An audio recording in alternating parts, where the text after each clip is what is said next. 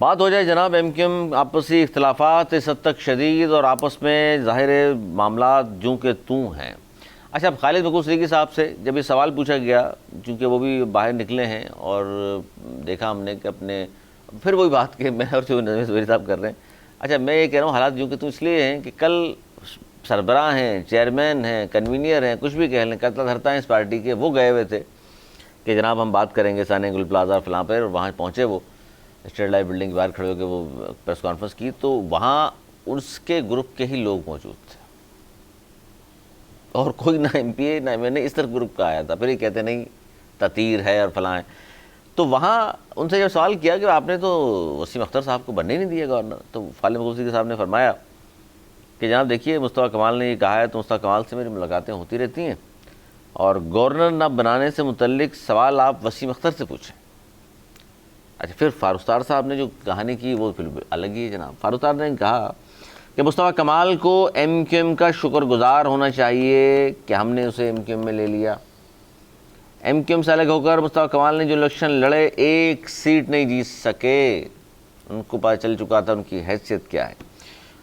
تو اب جناب جب بلاول بھٹو زرداری کے بعد جب ہم یہ بات کر رہے ہیں کہ ایک پارٹی وہ جو تقریر دوسرے لوگوں پہ کر رہے ہیں اور یہ پارٹی دوسروں پہ کیا کریں گی، اپنے سے باہر نہیں نکل رہے. سر اب فاروق ستار صاحب باہر آ گئے. فاروق ستار صاحب نے یہ بھی کہا کہ جناب یہ الیکشن کمیشن نے جو کر دیا وہ غلط تھا اور ان کو پتہ ہی نہیں ہمارا جو آئین ہے وہ کیا کہتا ہے، اور مصطفیٰ کمال نے اگر سن لیا تھا، ٹی وی پر چل گیا تھا کہ جی سینکشن کا کوئی معاملہ ہے تو ہمیں فون کرتا، ہم سے پوچھتا. سر کہاں جا رہی ہے ایم کیو ایم، یا نہیں کوئی ایم کیو ایم آ رہی ہے؟ دیکھیں میری ذاتی رائے سے بہت سے لوگ ناراض ہو جائیں گے اور پھر وہ ٹرول کرتے ہیں نیچے، لیکن میں تو جو رائے دے رہا ہوں میں اس پہ قائم ہوں اور آنے والا وقت بتا دے گا.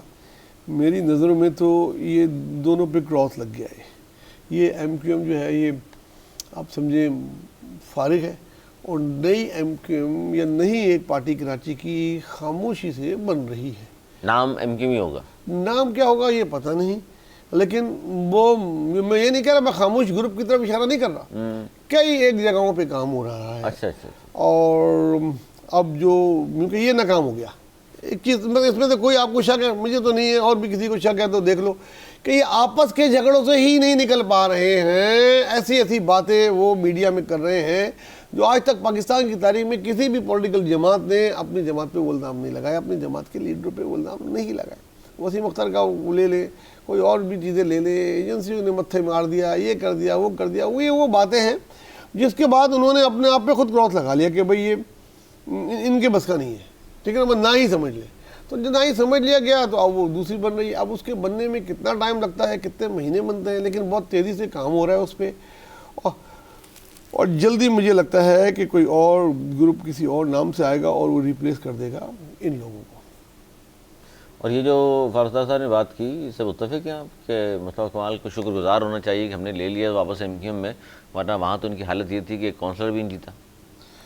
دیکھیں اب وہ فاروق ستار جب کہہ رہے ہیں تو وہ پتہ نہیں فاروق ستار کو کیا بولیں گے. مطلب یہی ہے کہ میں نہیں تو آپ نے سمجھتے فاروق ستار صاحب نے بیچ میں آ کے ایک نیا پنڈورا باکس کھول دیا یا اس کا رخ اپنی طرف کر لیا؟ انہوں نے جو ہے نا وہ اڑتے تیر لے لیا ایسے نا، آگے کھڑے ہو گئے کہ آپ مجھے بولو. یعنی چیئرمین کے لیے قربانی دی ہے. ہاں وہ قربانی دی ہے. اب وہ بولیں گے، اب اگلا بیان مجھ سے پہلے ہی پوچھ لیں کہ بولیں گے تمہیں تو 3000 ووٹ نہیں ملے تم کو تمہارے حلقے سے.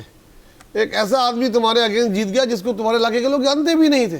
مولوی کیا نام تھا ان کا، اس کا بہرحال محمود مولوی، اور تم کو 3000 ووٹ تمہارے حلقے سے ملے. تم کیا وہ بات کرتے ہو، اور تم کو ڈیفینس سے کتنے ووٹ ملے تھے. تو بہرحال اب وہ تنقید کا رخ ان کی طرف ہو جائے گا، اور وہ صلح کرانے کے چکر سے بھی باہر ہو گئے. چلو ایک ایسا آدمی تھا جو صلح کرا سکتا تھا. صلح کے لیے فاروق ستار بڑا سینئر آدمی تھا، بلکہ سب سے سینئر آدمی خود ہی بولتے ہیں جب اپنی تعریف کرنے پہ آتے ہیں تو کلاوے جوڑ لیتے ہیں جیل کی، اس کی اس کی، لیکن ان کی ریڈ لائن آ کے رک جاتی ہے ایک گورنر کی واپسی پہ.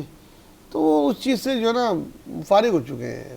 بڑے افسوس کے ساتھ کہنا چاہیے، بڑی قابل عزت قابل احترام. اچھا، مصطفیٰ کمال صاحب نے جو الزام لگایا گورنرشپ کے حوالے سے وسیم اختر کو بیوقوف بنا دیا خالد بکول صدیقی صاحب نے، تو اب یہ خالد بکول صدیقی صاحب کا کہنا ہے کہ بھائی اس کا جواب جو ہے وہ وسیم اختر سے پوچھیں، تو ان کو جواب دینا چاہیے تھا یا وسیم اختر کو دینا چاہیے؟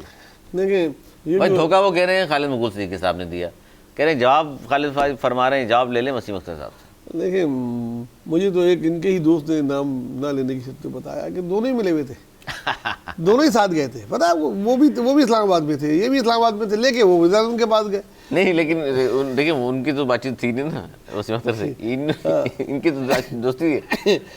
تو ماضی میں جو وسیم اختر صاحب کے اور ایک اور رہنما کے نون لیگ کے بارے میں جو بیانات جو انہوں نے دیے پریس کانفرنس, وہ تاریخ کا حصہ ہے نا, وہ کیسے بھولی جائے گی, وہ زبان کیسے بھولی جائے گی ان کے بارے میں.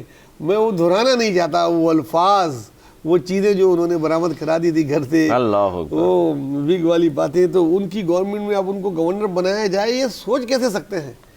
اس لیے کہتے ہوئے نا بہت سوچنا چاہیے کہ آپ کے الفاظ, آپ کی تقریریں آپ کا پیچھا کرتی ہیں سیاست میں. تو وہ بیگیج آپ کے کندھوں پہ ہے وسیم اختر صاحب. وہ نون لیگ سے تو کوئی امید نہیں رکھے کہ کبھی بھی نواز شریف شہباز شریف وہ بات بھولے ہوں گے. وہ بھولنے والی بات تھی بھی نہیں جو بھلائی جا سکے, تو اس کے بعد کوشش ہی نہیں کرنی چاہیے تھی. سمجھدار کے لیے اشارہ کافی ہے.